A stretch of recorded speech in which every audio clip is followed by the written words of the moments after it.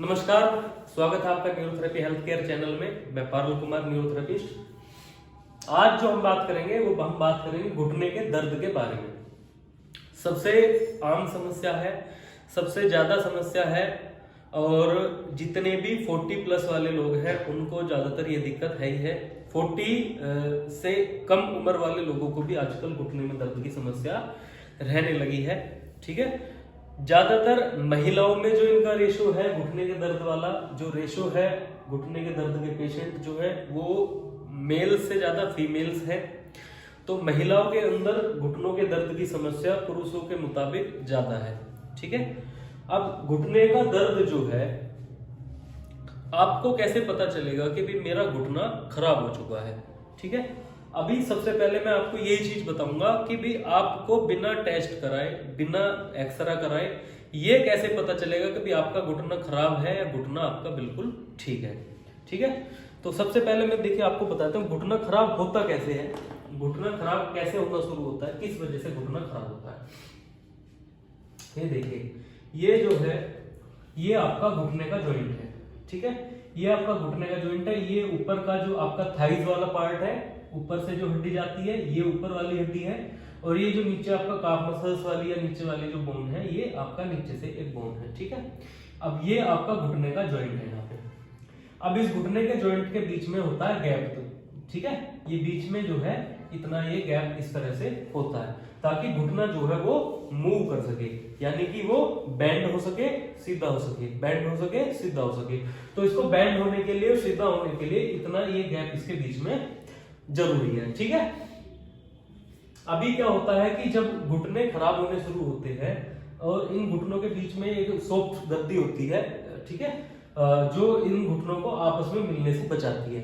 ठीक है, इनके बीच में क्या होती है, गद्दी होती है जो इन घुटनों को आपस में मिलने से बचाती है। उससे क्या होगा कि अगर वो गद्दी नहीं होगी और घुटने आपस में मिलेंगे तो एक तो मोड़ते हुए कट कट कट आवाज आएगी बहुत तेज, दूसरा ये डीजनरेट होने लगेंगे यानी कि घिसने लगेंगे। क्योंकि ये जो कैल्शियम फास्फोरस के बनी हुई होती है हड्डियां हमारी, और जब ये आपस में रगड़ेंगी तो ये घिसेंगी चौक की तरह। जैसे चौक होती है ना ब्लैक बोर्ड पे लिखने वाली, तो उसको जब हम चलाते हैं तो वो घिसती है, उसको अगर आपस में रगड़ेंगे तो वो भी घिसेगी।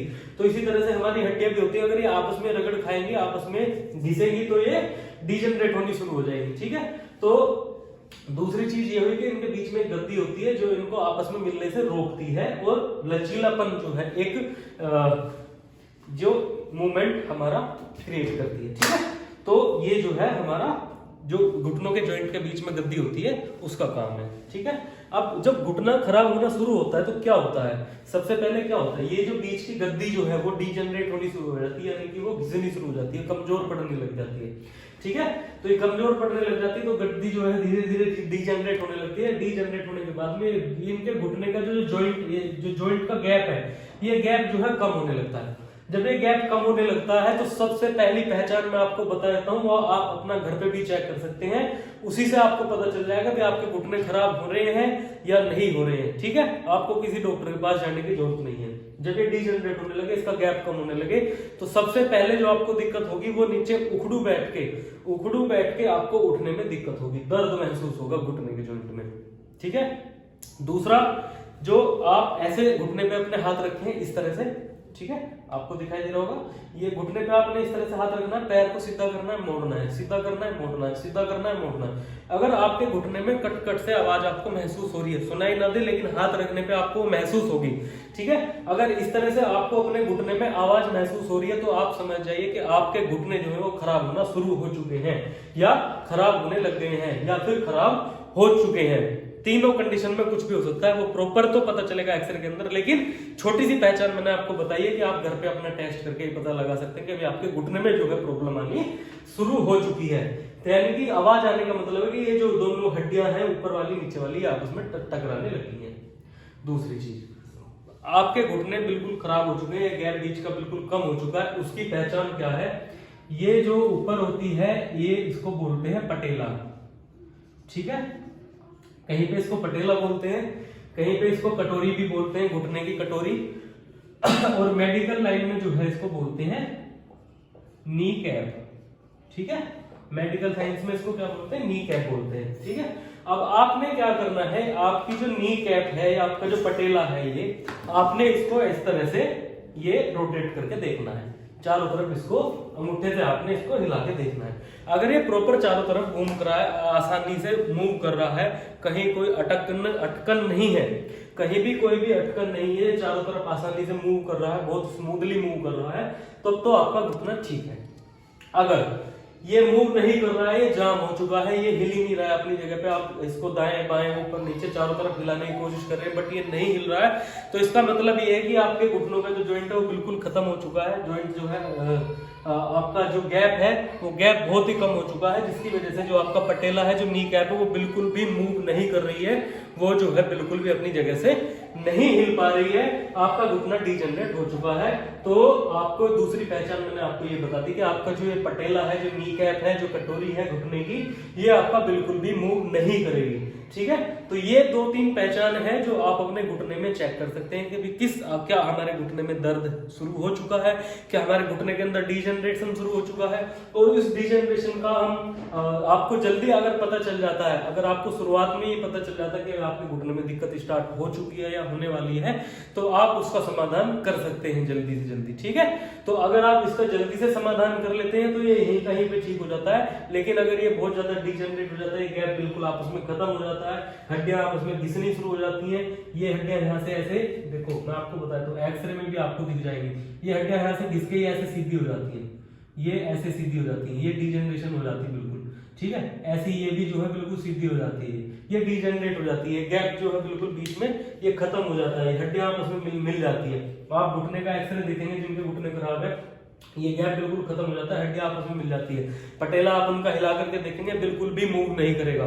तो ऐसी कंडीशन में डॉक्टर कहते हैं कि भी आप जो है अपने घुटने का ऑपरेशन करा लो, अब इसका कोई इलाज नहीं है, क्योंकि डॉक्टर को पता है कि दोनों हड्डियां अगर आपस में मिल गई तो अब कोई भी दवाई, कोई भी इंजेक्शन जो है इनको हड्डियों को आपस में नहीं इनका गैप बढ़ा सकता। ठीक है, तो डॉक्टर कहेगा भी आप जो है इसका ऑपरेशन करा लो, नए घुटने लगवा लो। नए घुटने डॉक्टर प्लास्टिक के लगा देगा फिर। ठीक है, और प्लास्टिक के घुटने जो आर्टिफिशियल है वो आपको पता, फिर ना आप उखड़ू बैठ सकते हैं, ना आप पालती लगा के बैठ सकते हैं, आप सिर्फ कुर्सी पे बैठ सकते हैं, आप इंडियन टॉयलेट यूज नहीं कर सकते, आप इटालियन टॉयलेट ही यूज करेंगे। तो बहुत सारी समस्याएं हैं, आप तेज नहीं चल सकते, आप भाग नहीं सकते, आप दौड़ नहीं सकते। लेकिन जो नेचुरल आपके घुटने हैं वो अगर थोड़े बहुत खराब भी हैं, उनमें दर्द भी है, तब भी आप उखड़ू भी बैठ सकते हैं, आप पालती लगा के बैठ सकते हैं, आप इंडियन टॉयलेट यूज कर सकते हैं, आप दौड़ सकते हैं, आप सीढ़ियां चढ़ सकते हैं, आप सारे काम कर सकते हैं। हाँ, बस ये है कि ऑपरेशन कराने से पहले आपको ये चीज ध्यान में रखनी है कि आपने जो है अपने घुटने, सबसे पहली बात तो खराब नहीं होने देने। आपको हमें अपने बड़े बुजुर्गों से सीखना चाहिए जिनके खराब हो चुके हैं। आप उनसे बातचीत करें, आप उनसे पूछें कि घुटने कैसे खराब हो गए, तो वो बताएंगे भाई हमने खाने पीने में ध्यान नहीं दिया, या जैसे हमारे घुटने में दर्द की शुरुआत हुई, हमने उस टाइम पे ध्यान नहीं दिया, हमने अपना ध्यान नहीं रखा। तो हमें उनसे सीखना चाहिए।